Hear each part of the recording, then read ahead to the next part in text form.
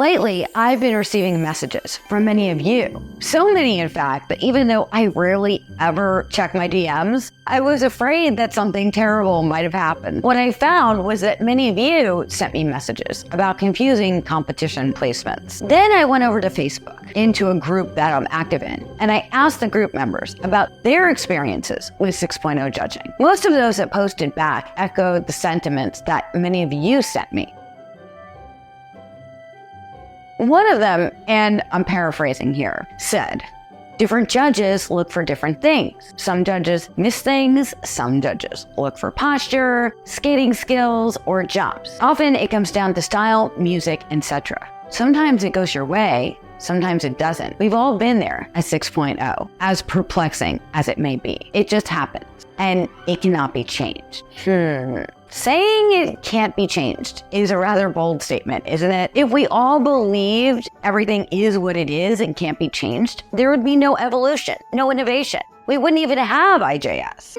Hi everyone, this is Amy. Welcome to my channel. The truth is that 6.0 is hard for skaters to understand, difficult for coaches to interpret and explain to our skaters and their parents. And according to judges, it's also challenging for them. That's actually the way that Gil Tanger, who has served for more than 50 years as a judge, technical referee, technical controller, and assistant chief de maison for the entire U.S. Olympic team at the 2002 Olympic Winter Games. That's how she's described 6.0. Again, I'm paraphrasing. By the way, Gail also helped to develop the IJS scoring system. IJS produces a detailed record and transparent measure of performance quality. With 6.0, the judges do not really score the quality of each technical element. While there are actually judging sheets for 6.0 that are meant to be completed by judges with their notes to keep the judges' placements from being overly subjective and seemingly arbitrary. Ultimately, a 6.0 placement is based on only two marks: technical merit and performance. These marks rank each skater relative to all the other skaters at that event. The disadvantage of 6.0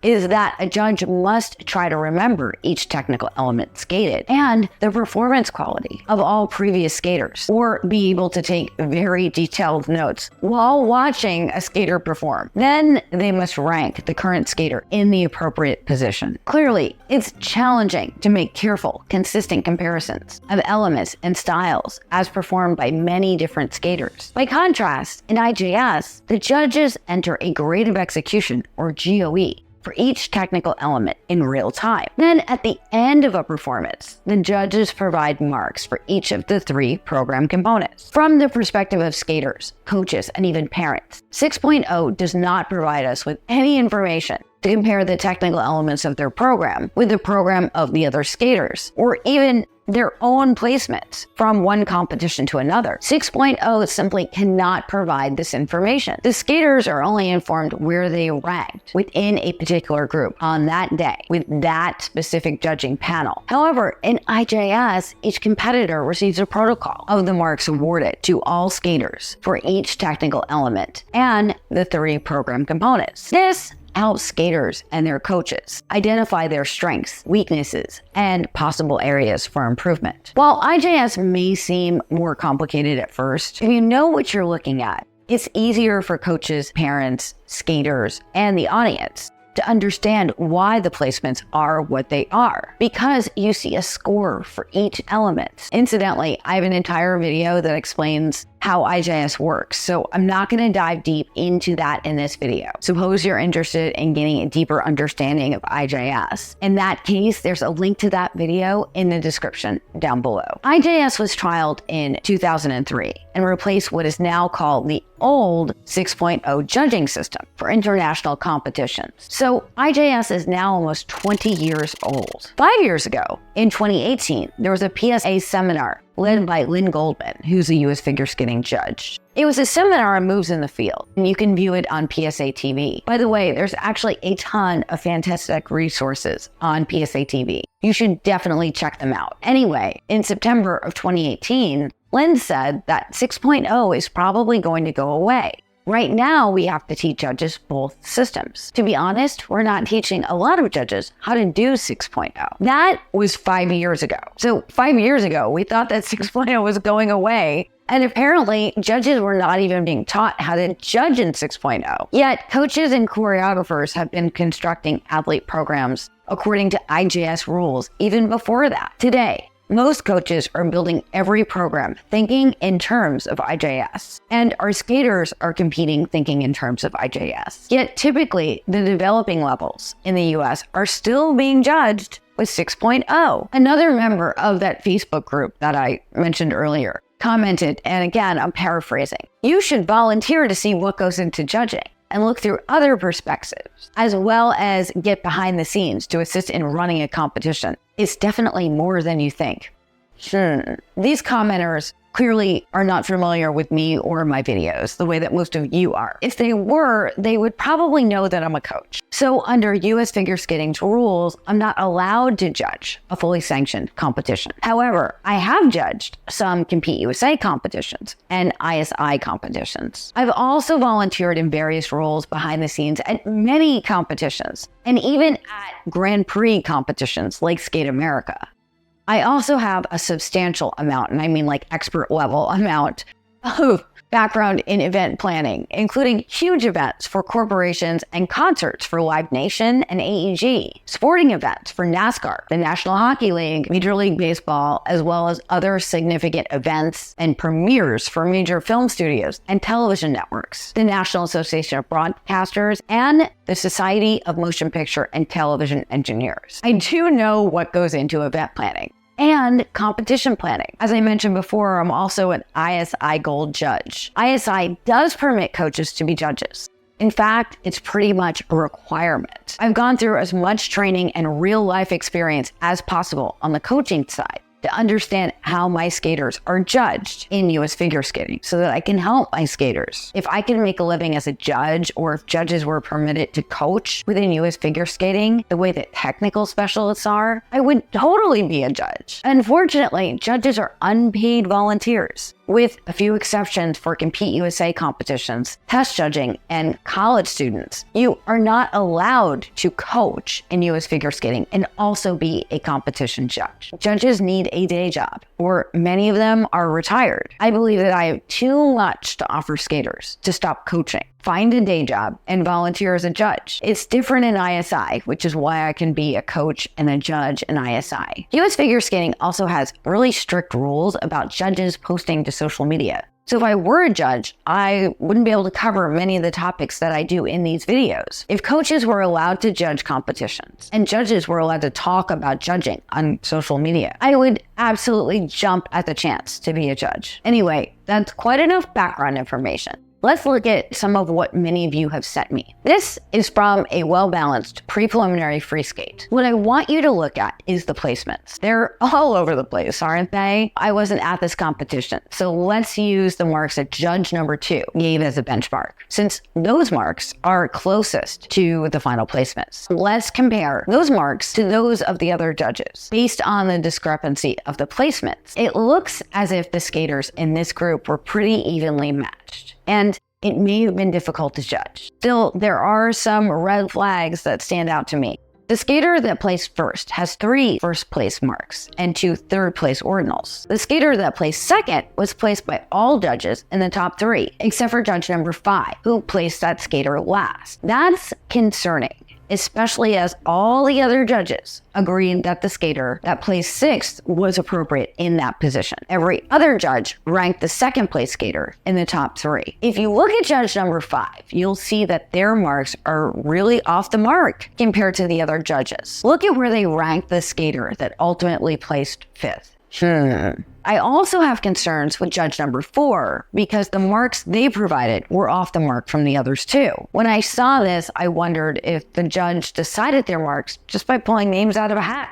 It reminded me of this cartoon that Gail Tanger included in her keynote at the PSA Summit this year. Let's go back to the scoring sheet. This is what the judges on the panel for this well-balanced pre-preliminary event would have used. Unfortunately, we don't get to see this, but it does exist. I honestly don't understand why we can't see this. It would be super helpful. Similar to how the new protocol feedback initiative is valuable to developing skaters that are competing with IJS. Some competitions do share the technical and presentation marks. That's rare. I did go over that in another video from a competition last year that shared those marks. I'm going to leave a link to that in the description down below. Anyway, this is the worksheet that the judges use. The left side of the worksheet lists all the skaters scheduled to compete at the event. The right side of each worksheet has a column for the judge to enter their marks for each skater. They must show both the integer and the fractional part for every entry. For example, they must enter 2.0 instead of 2, with no more than 1 decimal place on any mark. 2.15 is not okay. Larger numbers are better and results in higher placements of that skater. 2.7 indicates a better placement than 2.4, for example. Only the relative placement of the judges' marks as compared to the other skaters in the event will determine the skater's placement and be seen by the skater. That is the ordinal value. So judges are advised to ensure that the skaters who skate the strongest in their evaluations receive larger numbers than those who do not perform as well. This sometimes means that judges will save room for very strong or very weak skaters. That can mean that often the skaters that skate well but early in the group are disadvantaged, unfortunately. Judges are asked to use the spaces below each listed element to make comments, take notes, write plus, minus signs, A, B, or C, or use check marks or any other system they want to use to rate the skater's elements. The marks column is for the final score from this particular judge. For pre-preliminary, the suggested median mark is 2.5 at a 6.0. The implication is that judges are requested to stay within 2.0 to 2.9 range. This essentially means that they're intended to score the skaters on a scale from 0 to 9. It's critical to understand that these marks are not meant to compare skaters at a specific level, where 6.0 is the best pre-preliminary skater in the group. Instead, these marks are intended to be across the skating universe, with the highest marks reserved for the highest level elite competitors. I have another video that dives deep into marks from a competition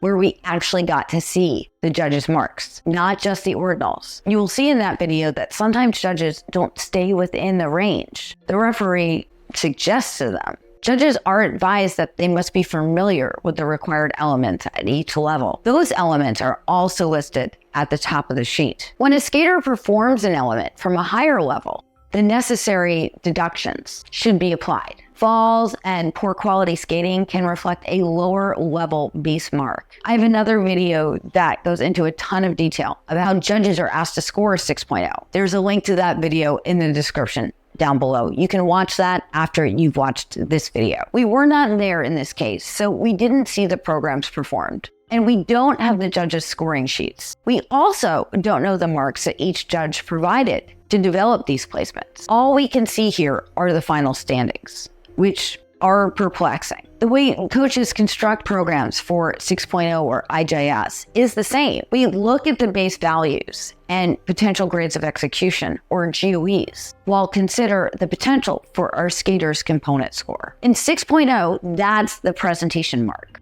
or what we sometimes call the second mark. When I speak with judges and other officials, that's the advice they give us. Because while the scoring systems use different processes, the criteria are the same. Remember, they're apparently not really even training judges in 6.0 judging anymore. For jumps, I would look at those with the highest base value. However, it doesn't seem the outlier judge in this situation we've been thinking in those terms. IJS would provide much better consistency among judges because in 6.0, results may reflect differing priorities among them. Unfortunately, in 6.0, judges may rate skill qualities differently. When judges award only 2 marks, slight differences between judges can significantly impact the final result. This aspect is often illustrated by the mixed placements that we're seeing here, but it's usually in the middle group of an event. Those skaters provide judges with the most significant challenge because they usually demonstrate different and opposite strengths and weaknesses. What we see here is more concerning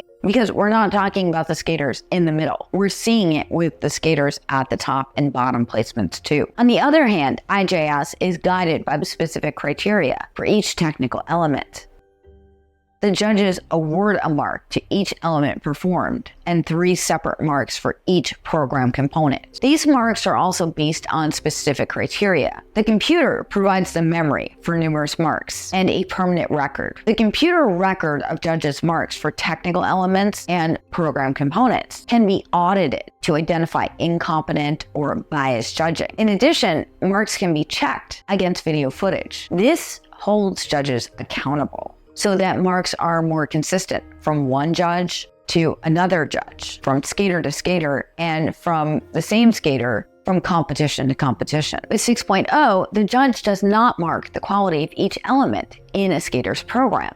This lack of data reduces the scope of analysis of the marks given. While the judge may be asked for an explanation when there's an anomalous mark, the 6.0 system allows the vote to stand anyway. The judge can continue officiating unless there's overt, demonstrable evidence of misconduct. Now, let's look at one from well-balanced note tests. This is a good example of wondering if all the judges were even in the same room. But I want you to consider that where you sit does make a difference. We have 5 judges that are spaced apart. The angle in which they're viewing can also play a role in how they're observing the technical elements. I would also have to assume that in this case, the competitors were equally matched, and it may have been difficult to judge. That said, this is why 6.0 can be flawed. If this were scored in IJS, we would see more clearly why skaters placed as they did. Here's another pre-preliminary free skate. In this one, we have one judge that I know was reasonably new to judging. That's judge number 3. Yet, they were able to call the final placement exactly. I was actually at this competition and saw this particular judge work very accurately throughout the entire competition. I attribute this to the fact that they were competing in IJS themselves not that long ago. I think that helped them with their judging. Judge number 2 was not so far off, but judge number 1, I have to wonder about. Remember too that in 6.0, you cannot compare skaters' ordinals from one competition to the next. It all depends on who they're skating against and how the other skaters perform that day, as well as how the judges feel about what they see in that specific performance compared to all the other skaters in the group. Here's an interesting one for Excel High Beginner. In this case, judges 2 and 5 are inconsistent with the others. However, the person that sent this was more concerned about how the final placements were computed, so I'm going to explain that. The skater that placed first only has 1 first place ordinal, but they have 4 second place ordinals. Since there is no majority of first place ordinals, all the 1s are mentally changed to 2s. That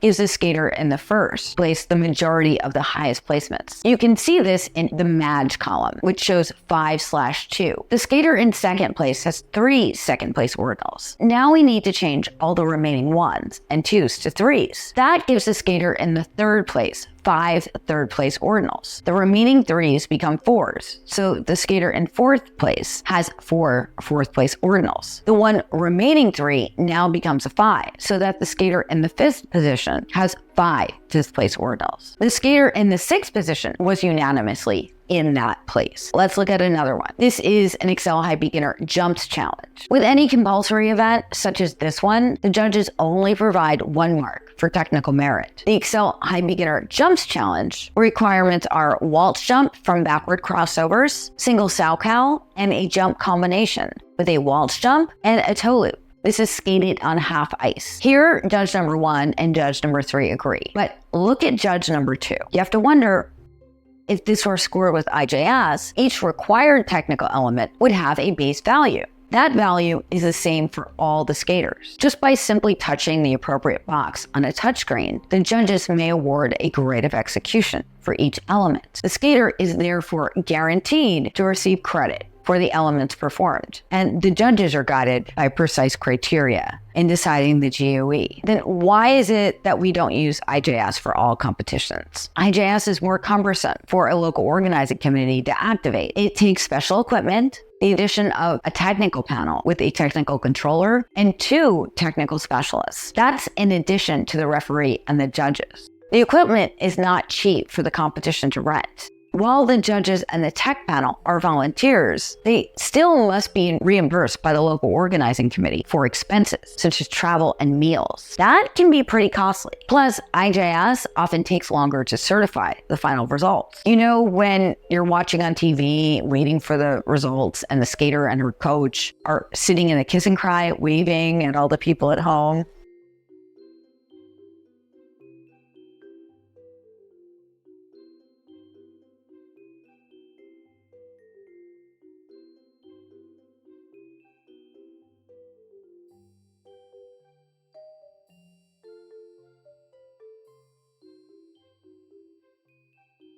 That's valuable time that costs the competition money because they have to pay the ice fees. 6.0 is more efficient from the standpoint of the LOC.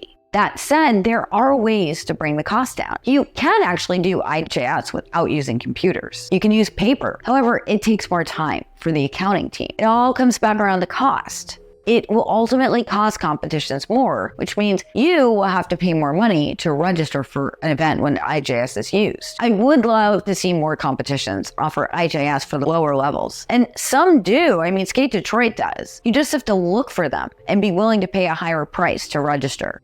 I'm afraid more competitions will only offer IJS as if they're required to. I think it's going to take a mandate from US Figure Skating to make that happen. I hope I'm wrong, but unfortunately, I don't see it happening anytime soon. I want to thank those of you that sent me your results. If you found this video helpful, please give it a like and share it with somebody else it could help. Just post it to your social media too. I post videos every week, so be sure that you subscribe and ring the bell so that you never miss a video. Over here are more videos about 6.0 that you should watch next. And here's a video on IJS. This is Amy. Thank you for watching. I will see you real soon. Happy skating. Bye.